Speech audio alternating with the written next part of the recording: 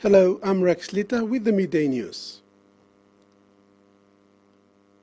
Finally, a tourism and hospitality management students from the University of Papua New Guinea donated 96 bags of essential baby items to the special care nursery at the labour ward. The students, numbering 23, visited the nursery to personally distribute supplies like diapers, powder and oil to mothers and their newborns.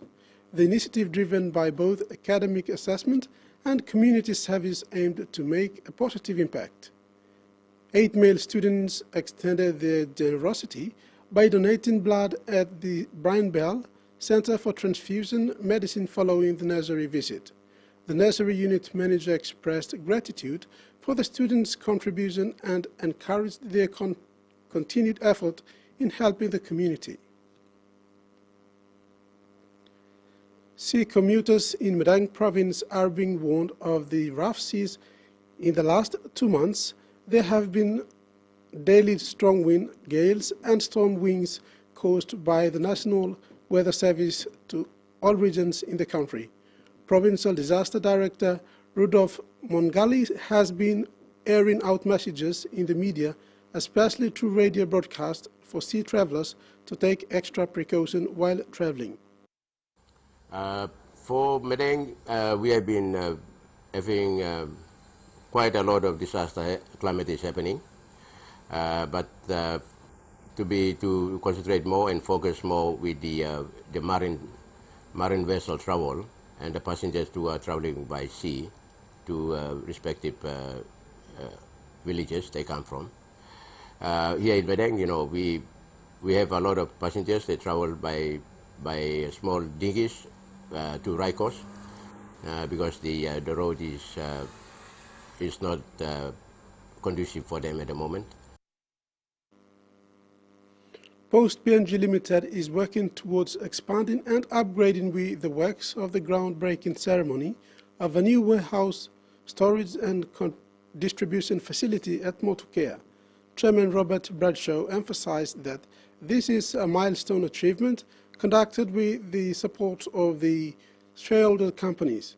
Kumul Petroleum Limited will be the next step for the post-PNG logistics as they enhance modern technology and innovative logistics systems.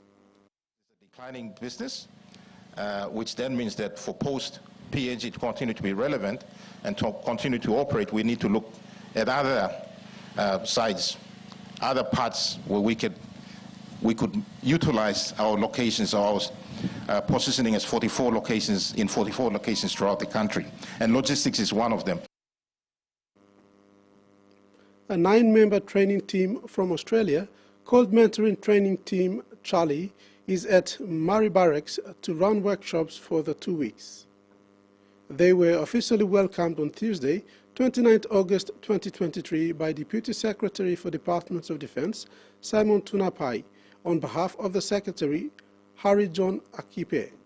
The MTTC program will have a greater focus on record keeping. Main areas targeted are audit, records management, governance, information technology, and human resources development. This is the second year for the MTT to run after being officially launched in 2022 with the leadership of Secretary Akipe and Australia's Defence Secretary Greg Mariatti. In regional news, thousands of South Australians' families will be affected by school closure tomorrow, with Education Union pursuing ahead with planned strike action. The work stoppage comes despite reassurance from the government that progress is being made on reaching a new deal on pay and conditions for public sector teachers. From Renmark High in the Riverland to Nord International in Adelaide's east, the doors will be closed at 167 public schools across the state, forcing families to find other plans. Give her to grandma just to look after, yeah, but that's pretty much about it. I'm supportive of teachers. They do an amazing job and they've had it really hard the last few years, so I'm very supportive of them. I think the strike tomorrow is justified. On the eve of the teachers walking off the job, talks between the union and government continued, but no late deal has been done to call off the action. We remain disappointed that a strike was called. A strike was called even before the teachers' union had even put anything back to us after our initial offer, but that's a decision that the union has made. It's a day lost to a child's education. It's inconvenience and frustration for families. On top of the schools which will close, another 152 will have modified learning, with 608 open as scheduled. No school will turn someone away. If someone has to turn up and has no other option, that there will be at least staff at every site, so it won't be turned away. Kaya Ma was tight-lipped about the latest offer to the union, but the government says it is committed to getting teachers a pay rise and ease workload concerns. Teachers and their supporters will gather here on the steps of State Parliament tomorrow morning, with a similar rally held during the last round of talks 4 years ago, drawing a large and noisy crowd to North Terrace. And in sports, in preparation for the PNG Games set for December 2023, Gulf Province Sports Trust and the PNG Sports Foundation High Performance Unit are scouting for best athletes in schools in the Gulf Province. The Quest for Excellence program is about understanding the athletes, understanding their real potential, the physical, mental, emotional, spiritual and technical and tactical as an athlete, and developing that potential over time through quality coaching. Kerama Secondary School, Don Bosco Technical Secondary, and Kakerate Primary School were visited starting August 9 through to August 31st. Trials were held with students and interested public participating.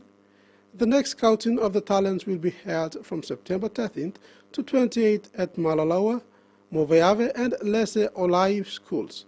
Gulf Province Trust CEO Lawrence Lahari said the Quest for Excellence program recognizes the importance of nurturing young Gulf Province athletes and providing them with the necessary support and opportunities to excel in their chosen sports. The PNG Under-23 men's national team has started training at the Backhanded United AFC Oval ahead of a crucial encounter with Fiji on Sunday. After arriving in Auckland and settling in roomy apartment, the team is determined despite losing a match by forfeit to New Zealand. Team manager Gary Moka's unwavering motivation keeps the team focused on the OFC Under-23 Olympic qualifier against Fiji. New Zealand has secured a semi-final spot, leaving PNG and Fiji to compete for the second place in Pool A. They advanced to the final playoff, vying for a spot at the 2024 Summer Olympics in Paris from July 24 to August 11, 2024. And that ends the Midday News. Join us for more at 6 p.m.